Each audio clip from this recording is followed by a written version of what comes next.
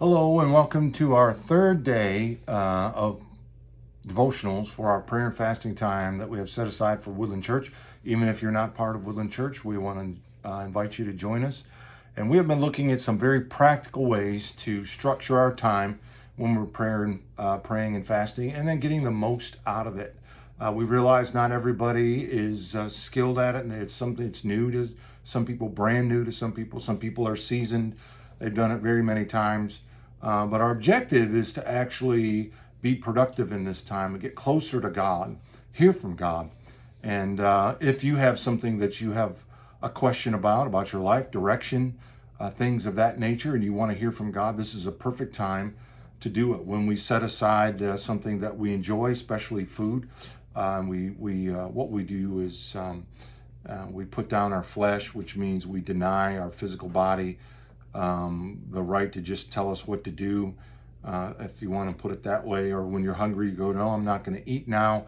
We're basically telling our body, no, you don't get to say so right now. We're doing it differently. And when we do that, that is a spiritual exercise when we do it with the purpose of focusing on God and wanting to hear from Him. So the first 2 days, what we did was we talked about using the Lord's Prayer as a template, and using that as a structure for our time. Second day, just to recap real quickly, I gave you some tips about how to get the most out of getting an answer, and that is doing three things. Set aside 3 days, 3 prayer times. If you have longer, set aside longer, but at least 3 days. Focus on one question alone. In other words, go to the prayer time the second day with the same question to spend time. And the third thing was to phrase your question to God in a yes or no format. Do you want me to take this job? Something like that. So today what I want to do is just kind of walk you through a way that you can wait on God or spend time listening. Maybe you've already got your request made up. Maybe you've thought about it. Maybe you've spent some time praying for other people, and you're zeroing in, and you're like, all right, I want to be productive in this time. And we're talking about 30, maybe 45 minutes.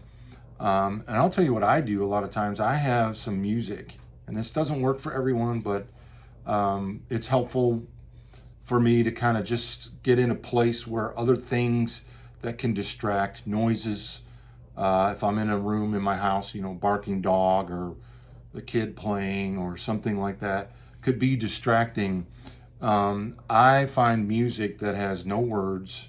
I've created a playlist on either iTunes or Spotify, and that music it takes about 30 minutes to get through the playlist. So I'll do that, and then what I begin to do is I'll get up and walk around and worship God. And this is what it sounds like. I'll be like, Lord, I just want to thank you for this time. Thank you for being my Father, and for loving me like no one else loves me. And I know I'm your very own son, and that I have a purpose, and that you have a purpose for me, and that you love me. And then I begin to talk, scriptures will come to mind about how He said, if you being evil know how to give good gifts to your children, how much more will your Father in heaven give good things to them that ask Him? Whoever asks receives. So my scriptures are basically supporting the idea that when I ask God, He will answer me. I, in fact, have a whole document that has examples of scriptures where David would say, Lord, do you want me to go up against this army? And the Lord answered and said, go up. Or Jeremiah 33, I believe it's 1. It says, call to me and I will answer you and show you great and mighty things that you don't know. And here in that scripture, God is promising to show you or to answer you and tell you something that you don't know. And so if you're like, I need an answer to this, I don't know the answer, I don't know what God's will is. God's already said in His word, I'm going to show you or tell you what it is that you don't know. So you're on the same page when you're like, Lord, I don't know this. And He's like, right, I'm going to tell you what you don't know. So you begin to thank Him for that. You begin to worship Him. And if you pray in the Spirit, if you pray in other languages that you didn't learn, or what Pentecostals call praying in tongues, if you do that, then spend some time praying in the Spirit and praying in other languages. Do it as long as you possibly can. If you do it when the music's on, and then when you settle down, your mind starts to settle down after a while, after you're praying for a while. Things will come to your mind. And then you just have that question out there anymore. Do you want me to take this job? And write down what comes to your mind. There may be a verse that comes to your mind. You may have a right feeling about it. You may just have the sense that it's all wrong to take this job. You may get a question back from God. Why are you even asking me this? Why are you talking about it? You already know I don't want you to take this job, or you already do know I do want you to take the job. He may have already spoken to you about it and is reaffirming it.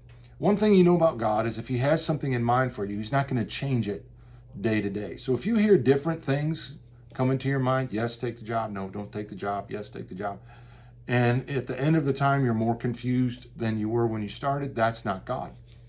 God will tell you the same thing every single time. For instance, I don't need to ask God if I should treat my wife well. Sounds silly, but I already know the answer to that. He would be, something may have happened that made me angry or whatever.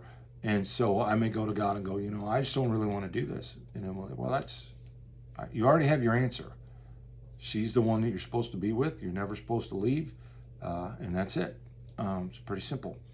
And it may be more complicated for different situations. We're not saying everyone's situation is simple.